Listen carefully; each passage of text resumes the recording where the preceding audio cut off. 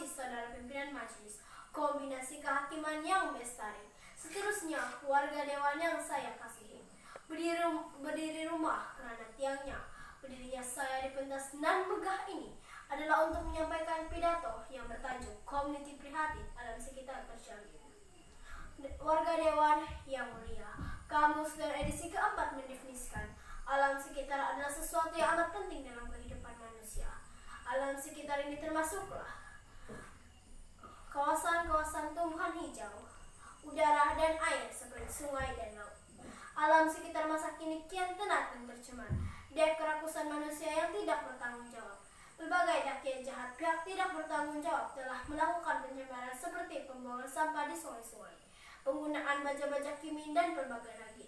Alam sekitar seharusnya dijaga karena alam sekitar bukan sahaja digunakan pada masa sekarang tetapi juga digunakan sehingga beratus-ratus mendatang. Justru mengembalikan kelestarian dan kesegaran alam sekitar memerlukan langkah penjagaan alam sekitar. Untuk mengupas lebih dalam pidato saya, 3 indikator perdana akan saya utarakan. Skip.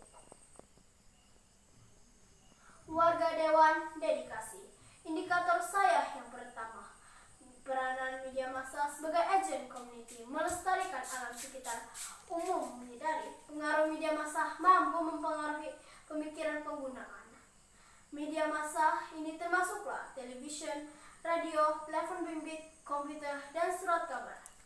Pendedahan pencemaran sisa kimia Sungai Kimkin di Pasir Gudang pada 7 Maret 2019 yang menyebabkan 6.000 orang terjejas dan 2.775 orang awam telah menerima rawatan akibat keracunan dan kesukaran bernafas. Kebanyakan mangsa merupakan murid sekolah dan lebih parah, sebanyak 110 buah sekolah telah ditutup pada puncak pencemaran ini. Ekoran pendedahan media massa yang terhadap kejadian ini. Akhirnya pihak berkuasa berjaya menangkap dalang utama pencemaran sisa kimia Sungai Kimkim. Tak tumbuh, tak melata, tak sungguh saya tak kata bahwa kuasa media massa berupaya membantu kelestarian alam sekitar. Warga dewan yang budiman. Indikator saya yang kedua, kampanye alam sekitar pemangkin pemeliharaan alam.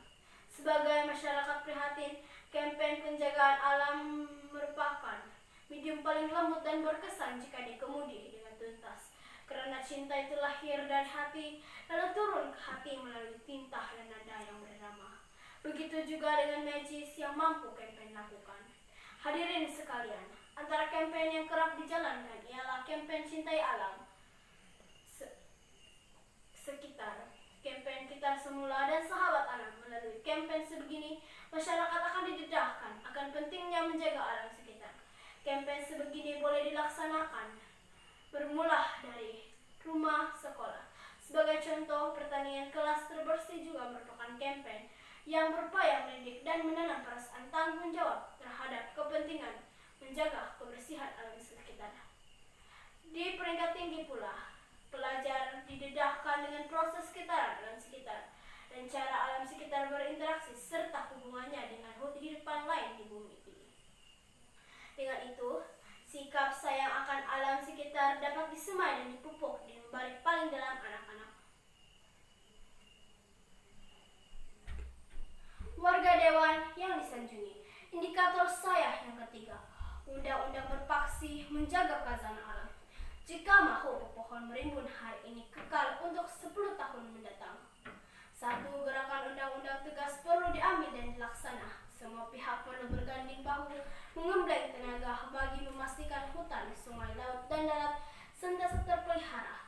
Pihak Jabatan Alam Sekitar dan agensi lain yang berkaitan perlu mengetatkan lagi undang-undang bagi kesalahan seperti pencemaran sungai dan laut, pembakaran terbuka, dan pembalakan hutan dikenakan tindakan yang tegas agar masalah pencemaran dan pencerobohan alam sekitar dapat dibendung sepenuhnya.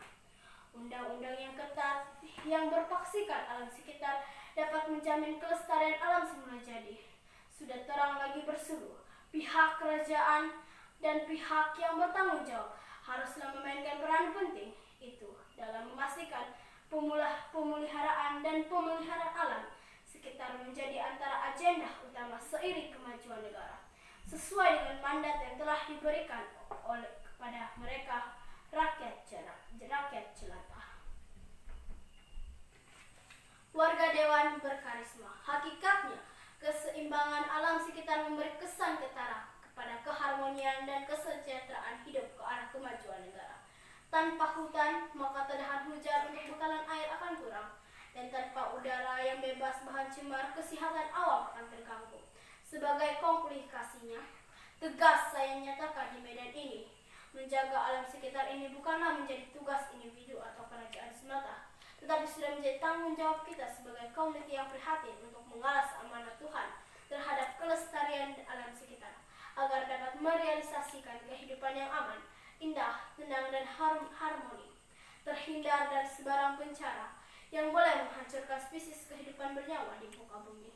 Justru menjadi tugas kita untuk lebih cakna dan sentiasa memelihara kelestarian alam sekitar supaya dapat dimanfaatkan untuk generasi yang akan datang. Bak pada pujangga,